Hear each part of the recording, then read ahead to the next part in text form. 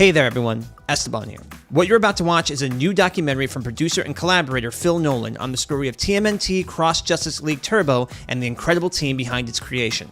Please be sure to give Phil a warm welcome to the channel in the comments below, and while you're down there, give the video a like if you're digging it. Okay Phil, take it away.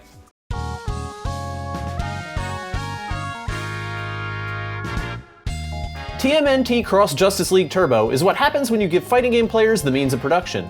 You could call this a fan-made tribute game, sure, but the word fan would be glossing over a lot of expertise and special skills that take this from a novelty to an accomplishment that hooks just about any retro game enthusiast brazen enough to download it. Make no mistake, this is a whole-ass fighting game, made by fighting game experts and fueled by personal passion. I promise you that the story of this game and this team is beyond unique. A motley crew of specialists, pooling their talents, enticing gaming legends out of retirement, risking the ire of massive intellectual properties, and giving away their precious personal time and money in heaps to put something special together for their tight-knit community to unite behind. Like now both. Oh, wow.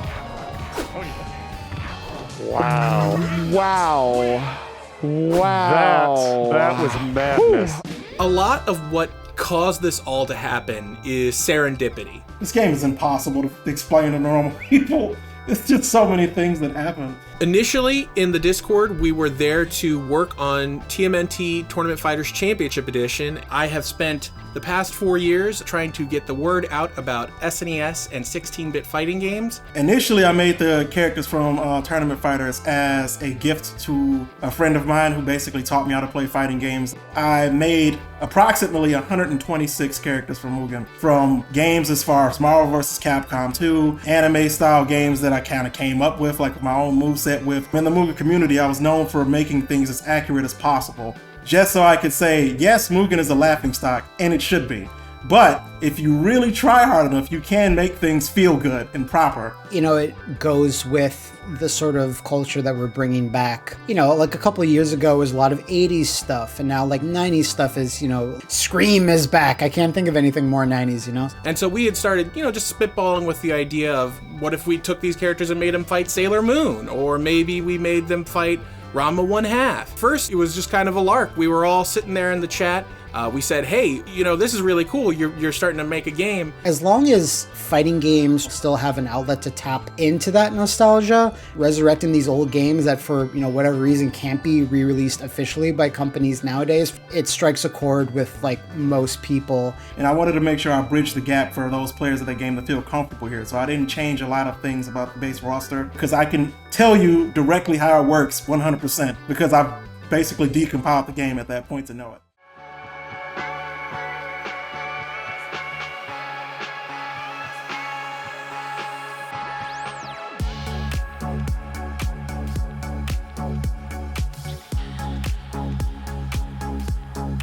Basically, my goal is to make this the kind of game that I wish had existed back in 1994. Games like TMNT Tournament Fighters and Justice League Task Force have such a rich history. It started off as a somewhat sequel to Tournament Fighters. It has a lot of the elements from that original game for the Super Nintendo. It's a fighting game for fans old and new. Like, Super's a one button, but regular commands are stuff that us old heads would be able to appreciate. There's a lot of emphasis on neutral, and there's lots of depth to be discovered with your characters, and I give you a ton of things to find that out in training mode to boot.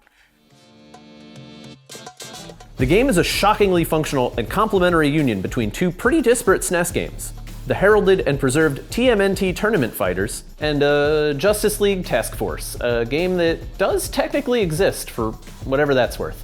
There's a lot of hard-working devs from the mid-90s who really went out of their way to make these high-quality changes to Street Fighter II's formula using their own unique touch. Tournament Fighters did it better than just about any other SNES fighting game. TMNT Tournament Fighters is especially one of them. As far as I remember, wasn't that big of a success for Konami. Like, they put money into it, but it wasn't that big of a deal for them, or they would have continued it. So TMNT Tournament Fighters and Justice League Task Force, very separately, I enjoyed for different reasons, obviously. Tournament Fighters caught on during 2017 and later because it was getting featured at Combo Breaker. Of course, you have Nerd Josh who played it. You have Justin Wong who played it. It was getting some limelight for this game that people always had fond memories of. And suddenly it had a community. So I feel like what better time And what better game to represent than right now in Tournament Fighters? You know, Ninja Turtles, amazingly popular franchise. I mean, huge series. It started off as just a love letter. What if somebody gave this a shot and they were serious about maintaining the integrity of what makes this game special to you guys? Task Force is not a great game by any measure, but it was interesting at the time. There was something about it. Plus, if you didn't have a PlayStation or go to the arcades, it was the only superhero fighting game you could easily get your hands on because there wasn't that many. Having gone back, I could see the work that Kame has done, and they really turned that game into a much more enjoyable experience.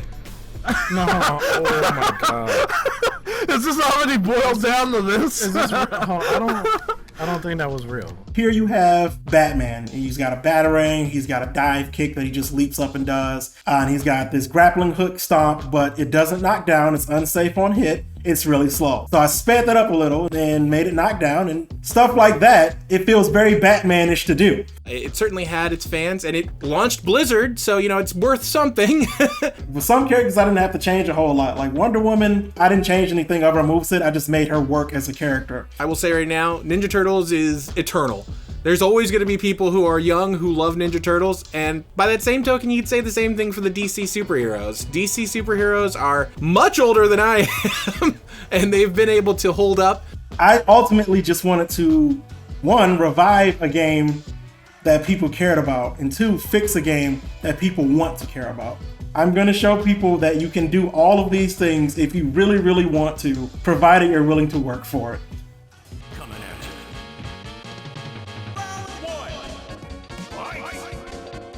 Once we had that emotion, I made a prototype of Leonardo and Batman. I immediately started overwriting things that MUGEN is notoriously known for doing wrong. Well, I implemented a pause menu. I implemented a move list that's in-game. We've had this opportunity to take that inspiration and kind of really merge it all into one group project. For example, Casey Jones' sprite set was made entirely brand new for Turbo. It was a spriter friend of mine who I've known for a long time, who was not only able to copy that entire sprite style from this old game, which he hated because he said the shading style was atrocious, but yeah, he did it in 3 weeks. So he gave me Casey Jones' entire sprite set in 3 weeks' time.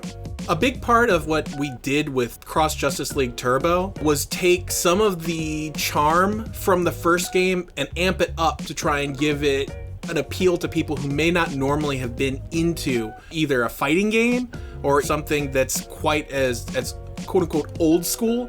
A lot of it has to do with modern fighting games nowadays. You know, sometimes they focus on monetization, sometimes they focus on more of a live service model. Again, that 90s sort of mentality of like, this is just a simple fighting game. It's very fun, it's very pick up to play. And I think retro fighting games are a lot easier to pick up, just as hard to master.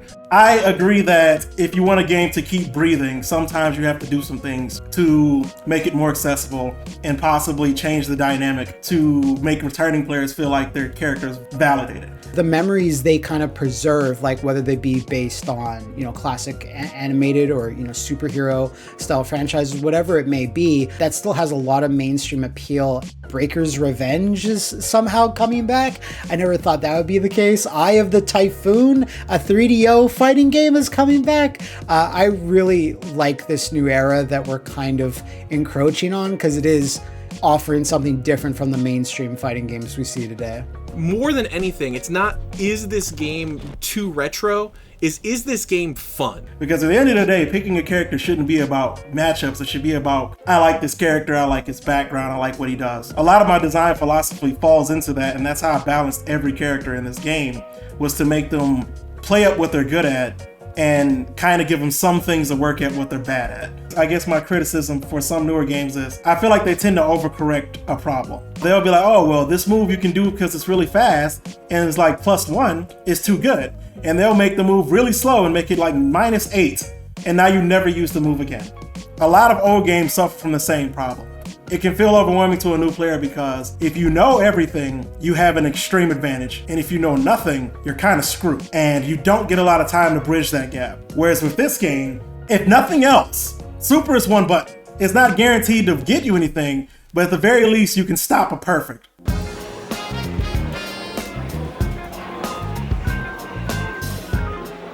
The internet has made a lot of other games toxic as all hell. But for communities like the SNES Fighters Discord, an alliance of old heads and retro gamers that explore and compete in a plethora of vintage games, it's been a lifeline and a community that's as tight-knit as it is collaborative. A lot of what makes the Super Fighting Discord work so well is that it's a lot of people who are very passionate about fighting games. I want to go play this weird game that no one's playing, and I can tell you right now, there's always going to be at least 2 or 3 people who are going to chime in and say, oh, that's awesome, I really want to play that too. I think it was because of how receptive the community was to the idea of it. TMNT Cross Justice League has been sort of this bedrock for a whole community to sort of rally around. Its fundamentals are solid. It was already had like a solid, structure to build off of. A big part of what makes any good community work is a mutual respect and an understanding of what makes these games fun. Super Fighting Discord has never been about getting someone to be over the top famous. We're not begging people to look at what we're doing and acknowledge it. What we're doing is something that we believe in. I need to make a game that would grab the attention of everybody who would play it. Try it, one game, just one game.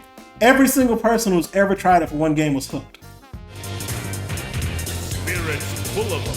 So when we initially started out making TMNT Cross Justice League, the fact that Injustice 2 came into existence literally as we were getting off the ground was an absolute shocker, and something that I feel definitely lended some legitimacy to the idea that the Justice League characters do deserve to have a game. There's videos of the alpha of this game. They're not good looking at all. They look pretty bad. But they were me saying, here's what's possible. If you just want to help me out. Welcome back to Combo Breaker Look Alive, powered by Astro Gaming. We're here for some Teenage Mutant Ninja Turtles Cross Justice League. It's gonna be like this. I'm just. Oh my goodness! Both So of these that people was are so explosive. yeah. With the new function here, with the tag mode, as you can see, like you just got some crazy stuff going on. Wall splats, like these are things that were not in the last game. The first iteration of the game was a lot like that scene in Ocean's 11 where they recruit Bernie Mac and the little guy who can fit in all the suitcases. People who could do all sorts of amazing things were seeing the vision and jumping on board. Within our team, there's kind of one person who knows how to do what. I can't do anything A does. A can't do anything I do. I don't know as much as Old Man Winters does about these things that we kind of need to feed off each other to figure out. My interest in Mugen had kind of been in and out over the years. It's always been a Ninja Turtles project that somebody's done that brings me back in. His first message is this the SNES Turtles chat room or something? I've always enjoyed fans who want to build on stuff that already exists. This guy is the Ninja Turtles fan that you want on your team if you're making a Ninja Turtles game. He knows everything you could possibly think of about Ninja Turtles. When there was an opportunity to try and go out, see if we could get something, I was happy to do that as best as I could. I always gravitate towards it. If I see any projects like that you see on YouTube or Twitter, anyone just tinkering with a game, like I pay attention because it hits all the right spots in my brain of this is a kindred spirit right here. I've just helped out when I could, just get the word out on any TMNT tournaments, especially TMNT Cross Justice League. Another major player who joined the team was What's Going On Here. He's gone through all these resources to try and get people together to help us out. Especially when Nona first got involved. For those unaware, Nona, they've done some really, really cool stuff for SNK in general. Where A just showed up and he showed us this big promotional artwork from Nona that had all the characters. I was completely blown away by that because I was like, Nona? That Nona from SNK, why does he care? It was the first question I had was, what did you pay him? And I was told, don't worry about it. We were so taken aback by that. Nona agreed to make the promotional art in the game for the opening of the game. All of the character endings in arcade mode, those are all things that he drew. Nona getting involved brought on so many people who were interested because they had seen, oh my god, Nona worked on this game. I want to have my name in credits next to Nona. We've got so many SNK folks who did sound and graphics. Yaman P1, Ryo Hishikawa, Tate Norio, Hiya, all of those people got involved because of Nona. So at that point, I feel like it kind of became a reunion of old friends. It certainly elevates the material if you can get a few notable names. I don't think there's a downside of it per se. You do need to make sure your core work is up to a certain level to facilitate people getting excited about, so-and-so or this artist or that musician to contribute. Artists, I think, respect the fact that you're willing to put in your own time, your own money, and get nothing back from it other than the love and support of a community.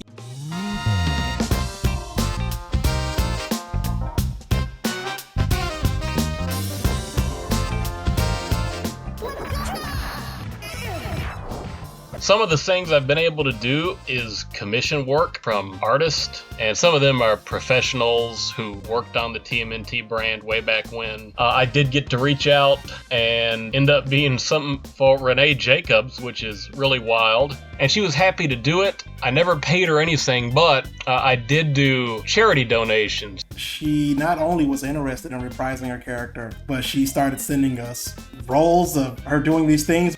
She didn't have to do that. The fact that she acknowledged this at all was insane.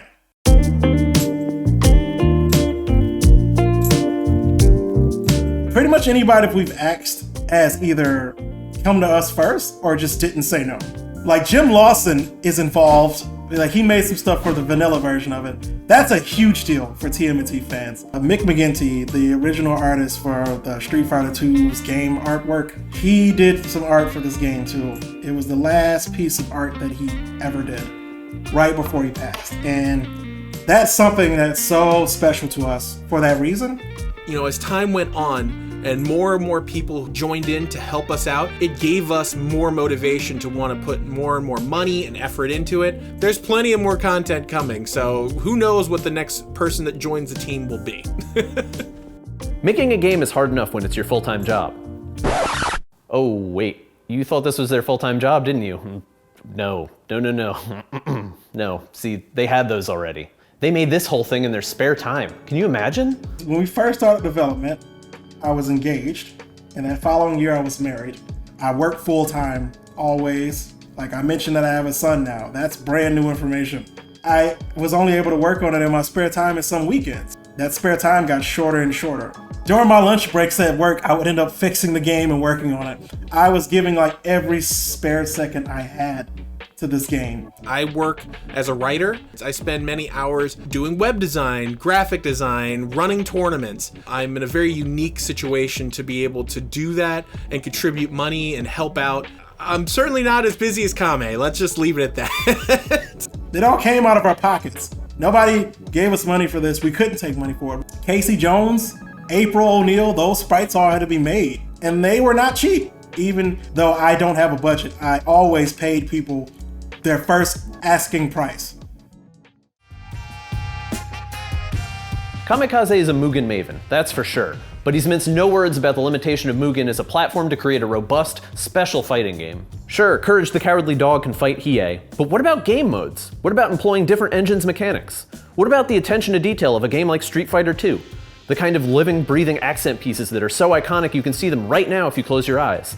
Initially, when we released a vanilla version of the game, I had no intent for a sequel. I have done literally everything the engine is capable of doing. I was planning to retire after this. I was gonna do no more development of any kind. The game came out, unfortunately, right in April of 2020. As you know, things didn't go so well the rest of that year. A friend of mine was like, hey, have you heard about this Ikimigo engine? It runs everything Mugen does and it's got these new features. But when I saw what it was capable of, it sparked something in me that I thought was dead. But when I saw what this engine was capable of, I was like, guys, we should do a sequel. So starting in June of that year, I immediately started porting things over. I rewrote the input system from scratch. The new engine was a game changer for a lot more than just the list of features. How movement feels, how responsive inputs are, the way each character is distinct and sensible. Both of the game's input systems are based on CPS2 and Naomi hardware. That's why the game feels as good as it does, because the input system is literally Capcom. But you could tell that this team was really passionate about it and went about it the right way, where it's not completely reinventing either game, but it's almost making something new, and it took all the best parts of each. So that was the first thing that when I started getting into the game and just playing it, that really drew me into it.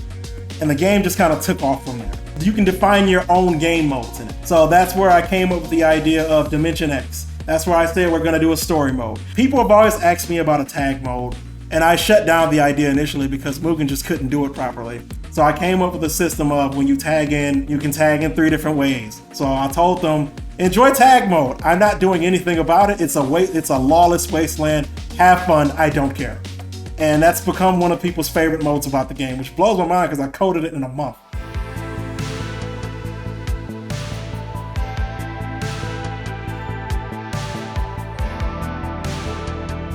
You know, they made their own systems out of it, and systems that work and make sense. A lot of fan games or Mugens, you'll just have nonsense. It's just there for fun. But this was kind of almost built around that idea, to have tournaments, to have people being competitive. So many Mugens you'll boot up and doesn't recognize your controller, doesn't do this, doesn't do that. But like, I've never had that problem with this project, and it's a godsend just in terms of accessibility, so people can experience it. This game was called a ROM hack so many times that at first I was bothered by it, but then I took it as like a badge of honor because they're like, there's no way this thing's on Mugen. There's no way. It feels too good.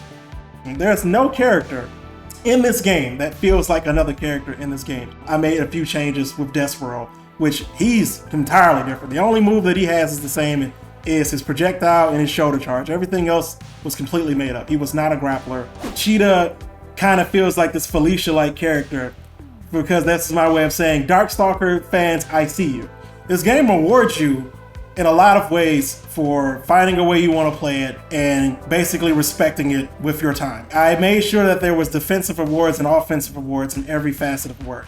I'm going to put April in this game. She's going to have some of her things from the Genesis Tournament Fighter game, but I'm also going to give her some new things. And she ended up being this guy-ish character with a Rekka kind of deal. So having that combination character of Asuka from TMNT and April, like, it's chef's kiss. This is some work they're putting in. Very impressive.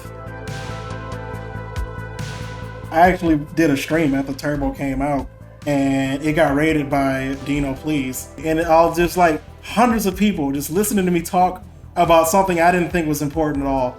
Like the deeper aspects of the game, my decisions, why I did what I did. I didn't think people cared in a lot of ways. To me, I feel like nobody really cares about how the sausage is made. They just want to enjoy the sausage. Well-rounded anyway. Okay. Look at this guy! Look at him popped off with you. We live in a world largely governed by corporate interests, and games are no different. The internet of today is a frontier of gray area where companies selectively wage copyright war on their fans and supporters, and no one is truly safe. But that won't stop this team or this game. Our biggest concern from the very beginning was that we'd go through all this effort and do everything, and then it would get C&D'd, and we'd say, okay, yeah, we can't really do anything more, guys. Our hands are tied. Cease and desist is always, unfortunately, something we all have to contend with when dealing with sort of fan projects or anything. When the Turtles were introduced in Injustice 2, I was deathly afraid of that. Does this mean that WB, who was completely within their rights, can C&D this project and that would just be it? They have to be aware of what we're doing. Even though it's technically fair use because Mugen's free, you can't sell it, it's illegal to sell it. People have been sued before that. We're not taking assets from Injustice 2 and making a new game or anything like that. That's not the point. And of course, it just depends on what companies you potentially could be dealing with. Some encourage it, some don't do anything, just leave everyone alone. And as the game got more and more noticed in that regard, people were like, are they okay with this? And I'm like, I don't know. Warner Brothers is very litigious. Viacom is extremely litigious. They both could have easily just shot this down. Whether or not a lawyer is, sizing us up and saying, hey, I can't wait to sue these guys. I mean, it could happen. And we decided to stoke that fire by getting an animator from Rise of the TMNT to make promotional artwork for the game. I don't know why A decided to do that, but that was poking the bear if I've ever seen it. We're kind of flying by the seat of our pants. We've got stuff planned, we'd make things, but we could just as easily be stopped tomorrow and all that stuff would have to go away. So we embrace that methodology of development. We take every day and do as much as we can to help get the word out there and improve the quality of the game. I believe as of right now, the game has been downloaded well over 5,000 times. So that's already a huge push over what I had already expected the game to have in terms of popularity. It's the one that I just started hearing about more and more. You know, nothing can be a perfect replication of like an old 90s game when you're making new assets, but you can certainly get pretty close to it. And TMNT Cross Justice League is like the closest thing. I say this to this day, I would love to see more and more people get a chance to play it. We've had Justin Wong play it. There have been teases of it, but we are working on getting rollback netcode. And that's something that we have said since day one. Thanks to the pandemic, it has to happen. It's definitely going to happen. I can't give a timetable right now. We're very, very excited about the prospects of what we'll see in the next couple of months in terms of, tournaments. I would love to see Combo Breaker run TMNT Cross Justice League. I would love to see a group of 150 players get together to play the game someplace at a major. I want to see more major outlets take a chance on an indie game like this, one that doesn't cost a dime. That's Super Coven, there it is. Yep, yeah, that's the tournament. Who knows what will happen from there? Maybe those talented modders could get work somewhere else. Maybe they can all pool their resources and make something even bigger and more elaborate next time. So the possibilities are kind of endless. I think it'd be crazy for Viacom and WB to actually do a game of this sort. Like, make it real. If they want to do it in 3D, obviously, they probably would. Even if I'm never acknowledged, even if they pretend I don't exist, even if they did it outside of even knowing about me, it would make me happy to see that. The fact how they wanted to do something for the fans, for the community, not wanting to make profit out of it, or even try to leverage it for some other purpose, just to enjoy the art for the sake of art, and to share it with people who enjoy that, and to give people something to keep playing together. Love it. Love it. I'm glad I could be part of that. And I think that if you take anything from our story, it's that we are not special. We are simply just people who love what we do, and we want you guys to love what you do just as much as we do.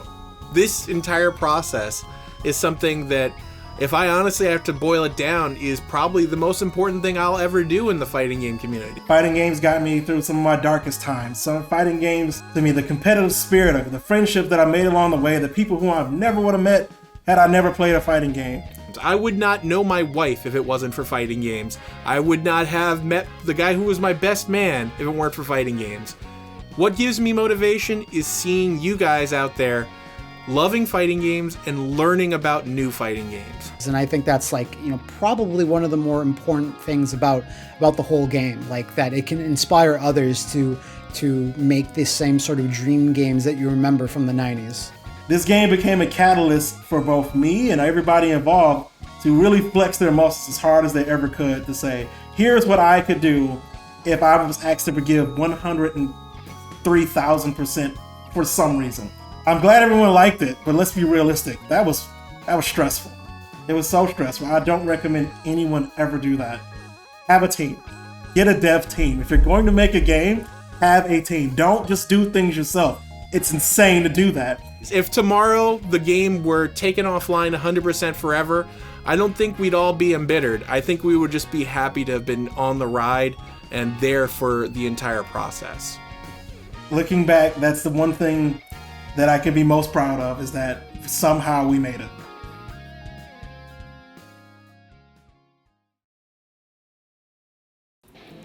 As thanks for playing and watching, we have a special announcement from the Channel 6 team.